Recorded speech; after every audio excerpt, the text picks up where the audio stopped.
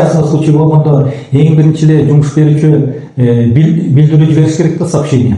Азыр служба по контролю и надзору трудовым законодательством болуп калбайбы? Ошого жибериш керек. Ошого жибергенден кийин алар комиссия түзөт. Комиссия түзөп, комиссиянын составында обязательно профсоюздун бир киши болуш керек. Комиссия председатели служба по контролю и надзору болот. Экинчиси болсо профсоюздан болот, үчүнчүсү болсо именно ошо объектиден. Кайсы жерде несчастный случай болду, ошонун инженер техники безопасности, эгер ал жок болуп калса, анда дагы ответственный лицо. Азыр көпчүлүк убакта эле юристтерди коюп калышты. Ошол жергечи. Мындай эмнелер бар. Силерде 64-чү положение менен таанышсыңар беле? Учет и расследование несчастных случаев.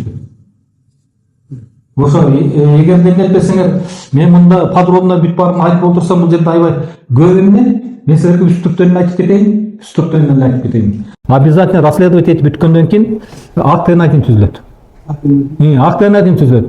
Бул акт ТНА-ден түзүлгөнү кийинки единовременный пособие, утерянный заработоктор алганга. Ошо.